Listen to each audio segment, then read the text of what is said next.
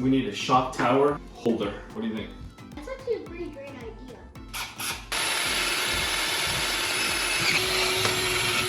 The idea is that once we are ready to fill our shocks, now we can take it apart and take off the top part here, and we stick it in there, and then we can fill it up, let it do its thing, soak up, and we don't have to hold them, in our hands. So what I'm going to do is at about 2 inches apart, I'm going to do pilot holes for you, and then you'll take the bigger drill bit.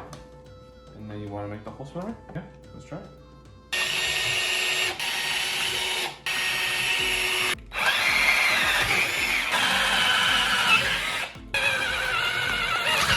And we can cut this up later and make it better, but for now, I think it works. Let me go this way a little bit so it sticks up a little higher. Let me know if you need help.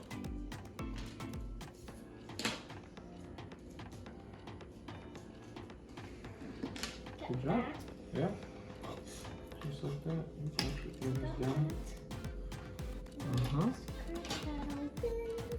You got it? I think I'm tightening it up. Lefty loosey, righty tighty. Remember that.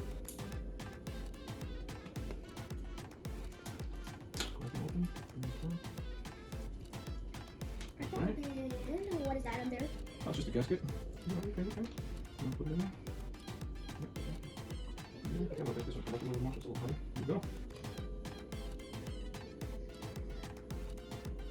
Back it up so you can see it better. Squeeze a little bit. There you go. Not too hard.